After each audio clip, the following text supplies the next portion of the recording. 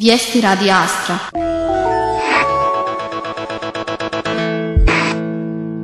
Predsjednica Kosova Atifete Jahjaga čestitala je u petak svim katoličkim vjernicima i svim građanima Kosova katolički Božić. Želim da čestitam blagdan katolički Božić svim građanima, katoličkim vjernicima, da ovaj tradicionalni praznik provedu u sreći i porodičnom blagostanju sa svojim najbližim i prijateljima u veseloj atmosferi i pomaganju jedni drugima, kaže se između ostalog u božićnoj čestitci predsjednice Kosova. Božić nas zatiče u slobodnom i nezavisnom Kosovu u izgradnji države i društva prema načelima ljudskih prava, slobode i jednakosti za sve građane bez razlike kako bi našu domovinu učinili naprednom i demokratskom državom. Jedno Kosovo kojeg volimo i kojeg će voleti generacije koje dolaze, dodaje se u božićnoj čestici predsjednice Jahjaga. I premijer Kosova Hašim Tači čestitao je katolički Božić kosovskom biskupu Don Đerđi i svim katoličkim vjernicima. U svojoj poruci Tači je kazao da je Božić jedan od najznačajnijih praznika u katoličkom svijetu, kojeg na dostojanstven i ponosan način proslavlja katolička zajednica gdje god živi. Ovaj veličanstveni praznik jedan je od značajnih vjerovanja čovječanstva, proslavlja se i u slobodnom, nezavisnom, suverenom i demokratskom Kosovu, čime se označava okončanje toplog vremenskog perioda. Ovaj se praznik humano i sadržajno proslavlja u porodici, društvu i na međunarodnoj sceni. Kosovo se pridružuje radošću i sreći koja donosi ovaj blagdan, koji ojačava ideje i osjećaj povjerenja u božanske i ljudske vrijednosti, duhovne obnove i negovanje mira među narodima kao uslov, razvoj i napredak čovečanstva, navodi se u božićnoj čestici premijera Tačija. U čestici se dalje navodi: posebnom pažnjom katolički Božić čestitam katoličkim vjernicima koji djeluju u okviru međunarodne misije na Kosovu.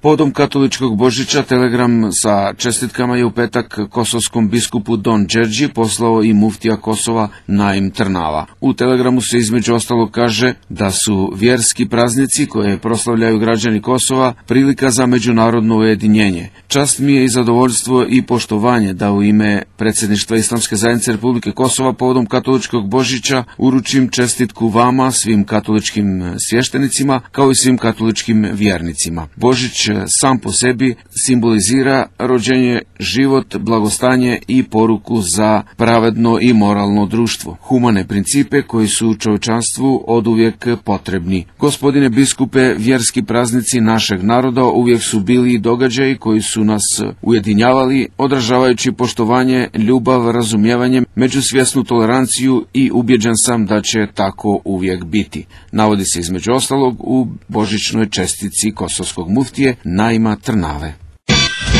Komisija za ustavne promjene usvojila je u načelu u petak nacrt ustavnog amandmana koji omogućuje izbor predsjednika direktnim glasanjem. Predsjednik pomenute komisije Arsim Bajrami je pojasnio da će o ovom nacrtu amandmanu biti ponovo glasano još jednom januara mjeseca, nakon što ova komisija dobije preporuke od Venecualske komisije i nakon što amandman koji je u načelu usvojen profesionalno preradi grupa stručnjaka. U okviru mandata komisija je radila i na pripremama izrade zakona o izboru predsjednika. Ovaj zakon će biti pripremljen do sredine januara, kada će o njemu najprije glasati komisija, a tada će biti obavljeno i konačno glasanje nacrta amandmana. Komisija za ustavne promjene je jednoglasno usvojila zahtjev o novom mandatu sa ciljem ponovnog razmatranja i podnošenja amandmana na član 84 koji reguliše nadležnost predsjednika. Komisija je također izrazila spremnost da u okviru novog mandata razmotri i prelazne odredbe koje se odnose na nadgledanu nezavisnost Kosova, ukoliko za to postoji politička volja. Nacrt ustavnog amandmana zajedno sa nacrtom zakona o izboru predsjednika Kosova bit će predati Skupštini prije 22. januara, kada se i izvršava mandat aktuelnoj komisiji za ustavne promjene.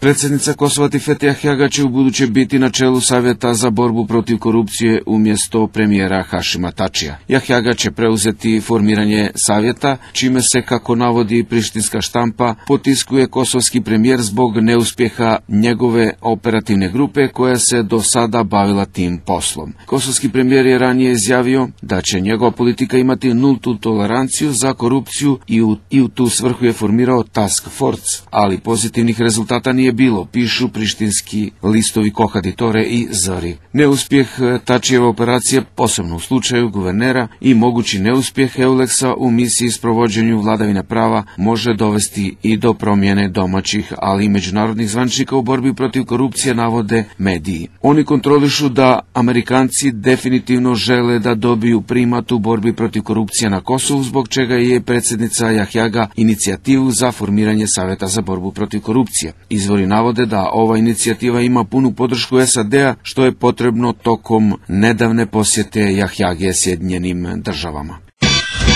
Šef Euleksa Xavier Demarnjak izjavio je da je veoma važno da sve barikade na sjeveru Kosova budu uklonjene što prije i da sve bude obezbjeđen permanentan i bezuslovan pristup, uključujući i Euleks i druge međunarodne organizacije. Ponovo uspostavljanje slobode kretanja je apsolutno preduslov za vladavinu prava širom Kosova, rekao je Demarnjak za beogradske večernje novosti. Na konstataciju da žitelji ovog dela Kosova ne podržavaju Euleks jer smatraju da se stavio na stranu kosovskih institucija. Demarnjak je istakao da Euleks ispunjava svoj mandat koji je podržan od svih 27 država članica Evropske unije. Demarnjak je naveo da Euleksovi kosovski tužitelji trenutno vode 2 istrage u vezi sa ubistvom pripadnika kosovske policije i paljenjem prelaza na Jarinju. Osim toga, postoji veliki broj istraga na policijskom nivou. Naša generalna politika je da ne komentarišemo istrage koje vodimo, posebno ne dokaze koji su prikupljeni, a razlog je zaštita same istrage. Međutim, fer je reći da će KFOR i Euleks nastaviti blisko da sarađuju, rekao je Demarnjak. Vlada Srbije ocijenila je u petak da uklanjanje barikade važno je za stabilnost života na sjeveru Kosova i ukazala da treba poduzeti sve mjere kako bi se izbjegla eskalacija nasilja i obezbedio opstanak Srba u tom dijelu Kosova. Vlada Srbije je apelovala na kosovske Srbe da izbjegavaju konflikte sa pripadnicima međunarodne misije, da mudrim odlukama doprinesu rješavanju suštinskih životnih pitanja Srba na cijeloj teritoriji Kosova. Vlada Srbije, kako je saopšteno, također pozvala pripadnike KFOR-a međunarodnih misija koji na Kosovu djeluju u okviru mandata Ujedinjenih nacija da ne primenjuju nasilje prema stanovništvu, da obezbede sigurnost i normalan život na Kosovu. Na sjednici je ocijenjeno da je dijalog najsigurniji put za rješenje spornih pitanja i trajnu stabilnost. Šefica prištinskog tima u dijalogu sa Srbijom Edita Tahiri izjavila je da postignuti sporazum u Briselu treba da poštuju sve političke partije koje djeluju na Kosovu. U intervju za Epoka RE Tahirijeva je kazala da je tehnički dijalog obaveza koja je proistekla iz rezolucije Generalne skupštine Ujedinjenih nacija. Sjedinjene Američke države i Evropska unija u potpunosti podržavaju ovaj dijalog. Evropska unija i posrednik u dijalogu, što podrazumijeva da je to državna i međunarodna obaveza, i ubjeđena sam da to shvataju svi lideri i političke partije koje djeluju na Kosovu, kazala je Tahiri. Pozivajući se na izjavu lidera LDK-a Isa Mustafe, koji je izneo mišljenje da neće poštovati postignute sporazume sa Srbijom ukoliko dođe na vlast. Tahirijeva je kazala da za Mustafu ima drugu poruku. Poručujem Isi Mustafi, ali i svim političkim liderima političkih partija na Kosovu da se u Evropu može ući samo sa proevropskom politikom. Svako ko se opredeli za suprotan pravac podrazumijeva se da nije u službi naših nacionalnih i državnih interesa koji su Ustavom određeni u pravcu euroatlantskih integracija, kazala je potpredsjednica kosovske vlade.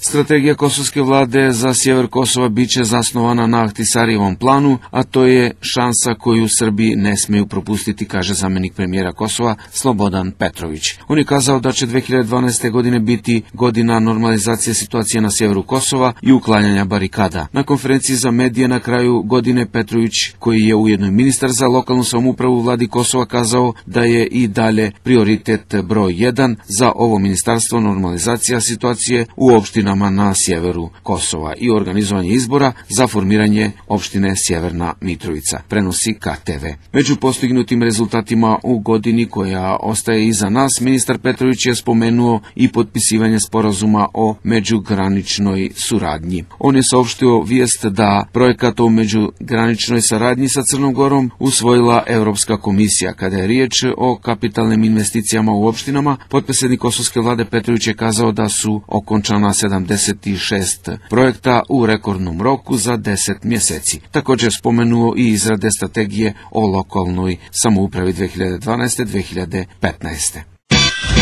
Ministar unutrašnjih poslova Ivica Dačić izjavio je u petak da biznismen sa sjevera Kosova Zvonko Veselinović nije uhapšen niti po nalogu Euleksa, a ni Kejfora. On je uhapšen po nalogu tužitelja i određen mu je pritvor, rekao je Dačić novinarima u Skupštini Beograda. Braća Zvonko i Žarko Veselinović uhapšeni su 20. decembra na Kopaoniku. Njima je u četvrtak određen pritvor do 30 dana. Istražni sudija Višeg suda u Kraljevu odredio je pritvor Zvonku Veselinoviću zbog neovlašćenog nošenja oružja, a istražni sudija Specijalnog suda u Beogradu njegovom bratu Žarku zbog zloupotrebe službenog položaja. Policajcima na graničnim prelazima između Srbije i Kosova je poslato obavještenje da iduće nedelje počinje naplata osiguranja za automobile. Kako prenosi Dnevnik Blic, na punktu koji je na teritoriji Kosova, odnosno pod nadležnošću Prištine, osiguranje će se naplaćivati 50 eura, a na punktu u Srbiji dvostruko više. Ta odredba će se od ponedeljka primjenjivati samo na graničnim prelazima Merdare i Končulj. Odredba o naplati auto osiguranja praktično znači da ako se iz Srbije neko uputi na Kosovu sa registarskim oznakama bilo kojeg grada, osiguranje košta 50 eura. Sa druge strane, kada se ulazi na teritoriji Srbije, osiguranje će se naplaćivati samo za vozila sa tablicama KS. Automobili sa oznakom RKS dobijat će probne tablice, što će koštati znatno manje. Srbi sa sjevera Kosova praktično će biti prinuđeni da uzmu kosovske tablice, čemu su se opirali posljednjih godina koristeći tablice sa oznakom KM. U suprotnom morali bi da plaćaju oko 100 eura kada ulaze u Srbiju. Čuli ste vijesti Radio Astra, poštovani slušalci, želimo vam prijatan vikend i ugodne trenutke uz Astra Radio.